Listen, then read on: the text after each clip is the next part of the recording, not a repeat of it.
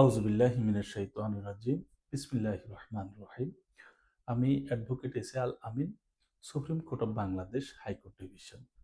আজকের আলোচনার বিষয়, কেউ আপনাকে ব্ল্যাকমেইল করলে কি বোঝায় এবং কিভাবে করে।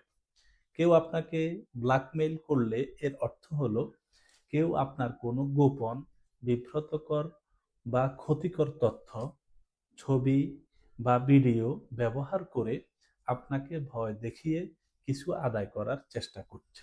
যেমন টাকা, সম্পত্তি, সুবিধা বা আপনার কাছ থেকে এমন কিছু যা সে স্বাভাবিকভাবে পেত না। এটি একটি অপরাধমূলক কাজ, যেখানে হুমকি শারীরিক, মানসিক, সামাজিক ও আইনি দেওয়া হয় এবং শিকারকে বাধ্য করা হয় কিছু করতে বা কিছু দিতে, না হলে সেই গোপন তথ্য প্রকাশ করে দেওয়া হবে বলে ভয় দেখানো হয়। ধন্যবাদ।